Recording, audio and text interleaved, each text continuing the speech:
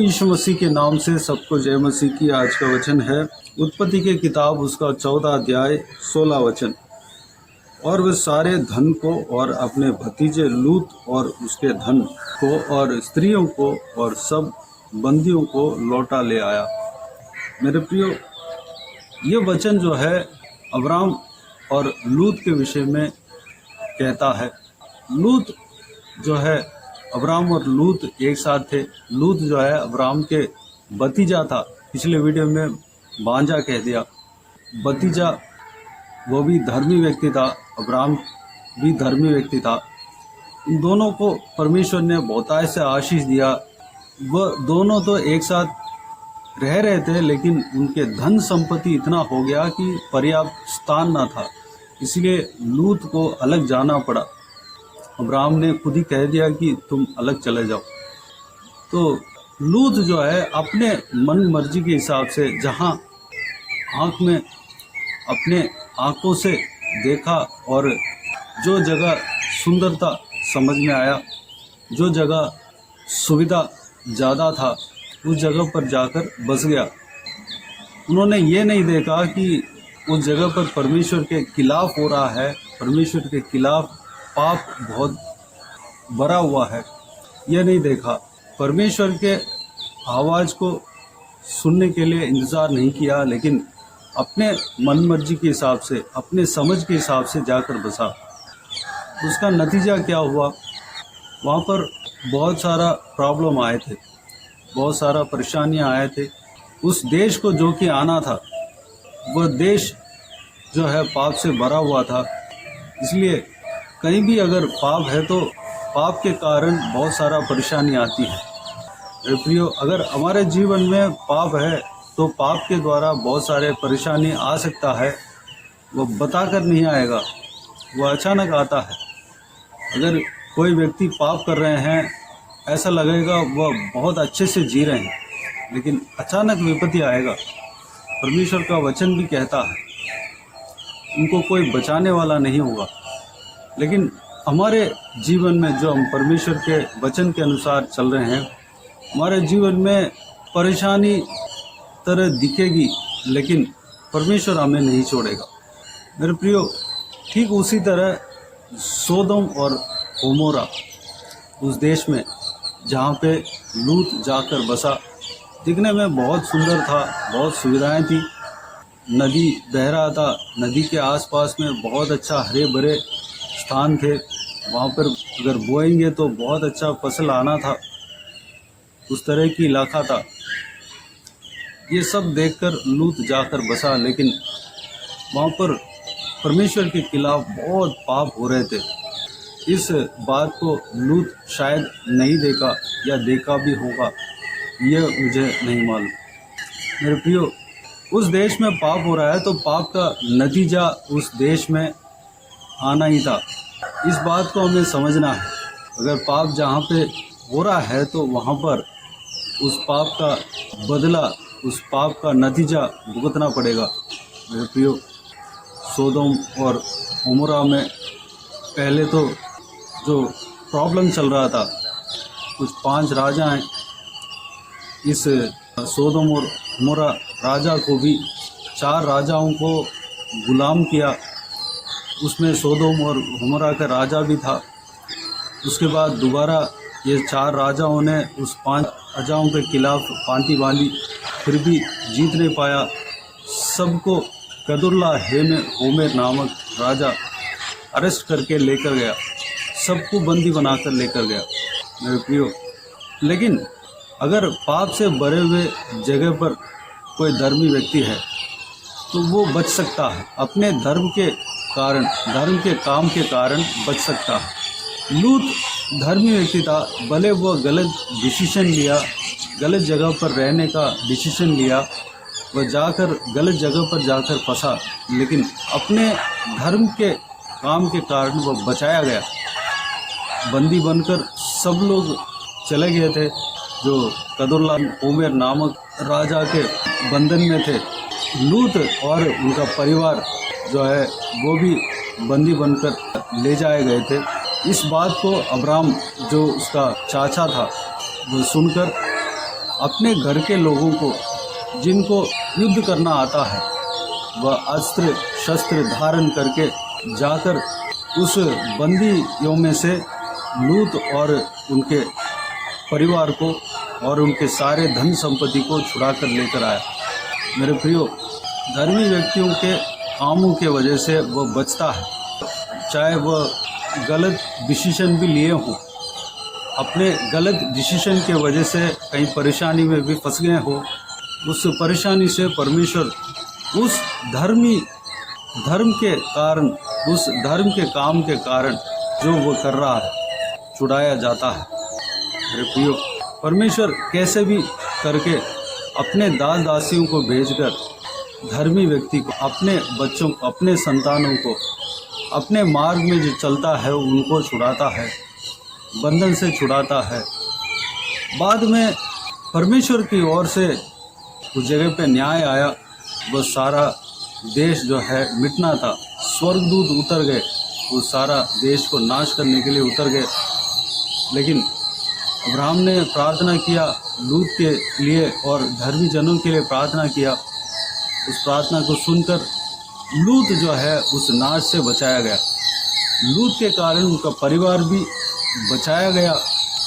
उनके परिवार में कई सारे लोग नहीं माने थे, लूत के बात को नहीं माने थे, वो मजाक उड़ा रहे थे, इसलिए वो नाश हुए। उनके पत्नी भी उल्टी फिर गई, इसलिए वो भी बच नहीं पाई। उनके दोनों बेटी बच गए, क्योंकि अपने पापा जो धर्मी व्यक्ति था लूत, उनके बात को मानकर वह वहाँ से बच निकली। धन संपत्ति बच नहीं पाया, लेकिन उनका जान बच गया। उनके द्वारा बहुत बड़े संतान आए थे। मेरे प्रियो, धर्मी व्यक्ति अगर हम बनते हैं तो उसके द्वारा हम बचते हैं, नाश से बचते हैं।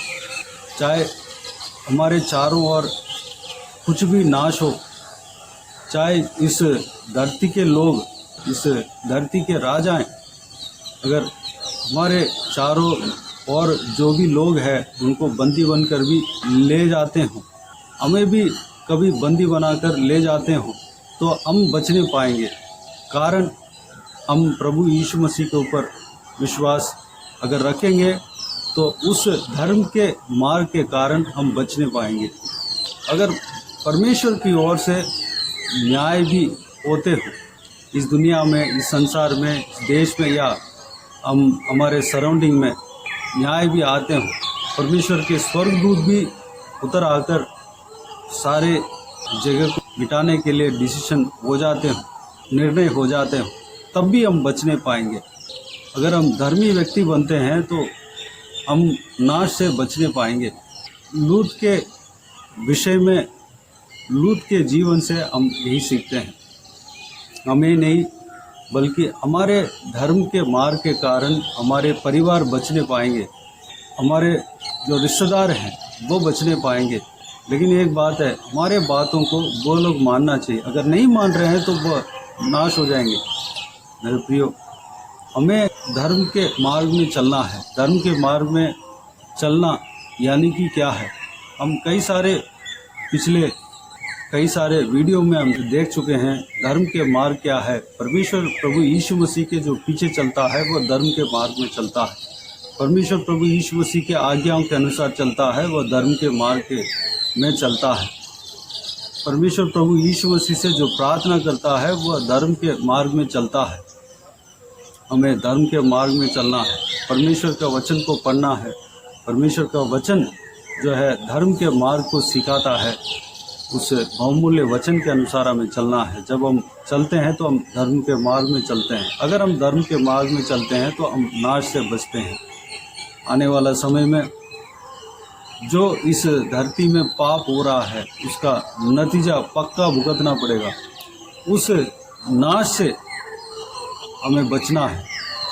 अगर हमें बचना है तो हमें धर्म के मार्ग में चलना है। धर्म के मार्ग क्या है हम देख चुके हैं। प्रभु यीशु मसीह का मार्ग ही धर्म के मार्ग है। इस दुनिया में कोई और मार्ग नहीं है, प्रभु यीशु मसीह ही मार्ग है। इस मार्ग में जब जाएंगे हम बच नहीं पाएंगे। जीवन पा पाएंगे। तो आइए मेरे प्रियो, इस बहुमूल्य वचन के लिए परमेश्वर को धन्यवाद दें, स्तुति करें, परमेश्वर को आराधना करें। धर्मी मार्ग में, धर्म के मार्ग में चलने के लिए अपने आप को परमेश्वर के हाथों में समर्पित करें। आइए हम प्रार्थना में जाएं। प्यारे पिता, दयालु परमेश्वर, आपको धन्यवाद देता हूं आज के इस आपके बहुमूल्य वचन के लिए। आपको धन्यवाद देता हूं परमेश्वर, बीते हुए दिनों में हमें संभाला, बचाया, सुरक्षित रखा। आपको धन्यवाद देता हूं आज का इस आपके बहुमूल्य वचन के द्वारा हमने जो भी मनन किया, सारे बातों के लिए आपको धन्यवाद देता हूं परमेश्वर। लूत के विषय में हमने मनन किया परमेश्वर, वह धर्मी व्यक्ति बना रहा, इसलिए वह हर नाश से बचाया गया परमेश्वर। पिताजी, कैसे भी आपके स्वर्गदूतों को भेजकर आपने उन्हें बचाया और उनके रिश्तेदारों को, धर्मी जन को भेजकर उनके द्वारा उन्हें बचाया परमेश्वर। वो बंदी बनकर भी चले गए थे, उनका बेटियां, दोनों बेटियां, उनका परिवार बंदी बनकर चले गए थे, उनका सारा धन दौलत बंदी बनकर चले गए थे, बंदी बनाकर ले जाए गए थे परमेश्वर। सारा कुछ छुड़ाया गया क्योंकि वह धर्मी व्यक्ति था परमेश्वर। पिताजी, नाश से धर्मी व्यक्ति बचते हैं परमेश्वर। अगर पाप अगर करेंगे तो परमेश्वर उस पाप से अगर हम मन नहीं फिराएंगे तो उस पाप का नतीजा हमारे जीवन में आएगा, उस पाप का बदला हमें मिलेगा परमेश्वर। हम मन फिरने पाएँ, अगर हमारे अंदर पाप हो तो परमेश्वर हम उस पाप से मन फिरने पाएँ परमेश्वर, अनुग्रह देना पिता। हम धर्मी व्यक्ति बनने पाएँ ताकि आने वाले नाश से हम बच सके परमेश्वर, अनुग्रह देना पिता। हालेलुया। हमें अपने आप को आपके हाथों में सौंपते हैं परमेश्वर, सही मार्ग में चलने पाएँ, धर्म के मार्ग में हम चलने पाएँ। धर्म के मार्ग आपके मार्ग है परमेश्वर, तो यीशु के मार्ग ही धर्म के मार्ग है। उस मार्ग में हम चलने के लिए अपने आप को आपके हाथों में सौंपते हैं। सारा व्यूअर्स को इसी तरह चलाना परमेश्वर। धन्यवाद, इस बात को सब लोग परमेश्वर समझने के लिए, जानने के लिए अनुग्रह देना, अनुग्रह दिया, धन्यवाद देता हूँ परमेश्वर। सारा व्यूअर्स को आशीष देना, किसी को भी कोई भी कमी गति ना होने देना, भरपूर आशीष देना। कोई भी जन बीमार हो उनको आपके हाथों में सौंपते हैं, उन्हें छूना, चंगा करना, प्रभु यीशु मसीह के नाम से चंगा होने पाएँ। जो कोई भी जन जो कुछ भी प्रार्थना का विषय में रखा है, सारा प्रार्थना का विषय का उत्तर देना परमेश्वर। हालेलुया, धन्यवाद। जो कोई भी जन जो कुछ भी परेशानी में फंसे हैं, सारा परेशानियों को उनका जीवन से दूर करना पिता, उनको बचाना पिता। धन्यवाद, शांति देना, आनंद से भरना परमेश्वर, खुशी से भरना पिता। धन्यवाद, हालेलुया। जो कोई भी जन जहाँ कभी जाते आते हैं उनके संग रहना, सुरक्षित रखना। महिलाओं को आपके हाथों में सौंपते हैं, उन्हें सुरक्षित रखना, बुराई से बचाना, दुष्ट मनुष्य से बचाना, दुष्ट लोगों से बचाना परमेश्वर। धन्यवाद देता हूँ पिता। हालेलुया। बुजुर्ग व्यक्तियों को आपके हाथों में सौंपते हैं, उनके संग रहना, सुरक्षित रखना पिता। शरीर में बल, ताकत देना, स्टैमिना देना परमेश्वर। छोटे बच्चों को आपके हाथों में सौंपते हैं, उनके संग रहना, सुरक्षित रखना। जो कोई भी जहाँ कहीं जाते आते हैं उनके संग रहना, उनके ऊपर आपके हाथ हमेशा बने रहने पाएँ। जो घर में रहते हैं, घर का काम काज करते हैं, उन सबके संग रहना, सुरक्षित रखना पिता। हम सबको आत्मिक उन्नति देना परमेश्वर। धन्यवाद। बाकी सारे बातों को आपके हाथों में सौंपते हैं।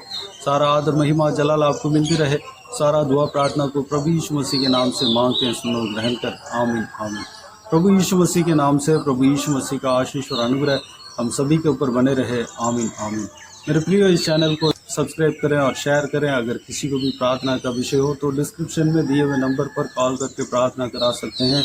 हम आपके लिए प्रार्थना करेंगे। आप अपने व्यक्तिगत प्रार्थना में हमारे लिए प्रार्थना कीजिए। इस सेवकाई के लिए, इस सेवकाई का उन्नति के लिए, सेवकाई में जुड़े हुए हर एक जन के लिए, हर एक आत्मिक उन्नति के लिए, तरक्की के लिए, आत्मिक आशीष के लिए, संसारिक आशीष के लिए, पारिवारिक आशीष के लिए प्रार्थना करें। प्रभु यीशु आप सबको आशीष दे। इस सेवकाई के द्वारा परमेश्वर आपके जीवन में कार्य किया हो वो भी हमें बता सकते हैं, ताकि हम सब मिलकर परमेश्वर को धन्यवाद दे सके, महिमा कर सके।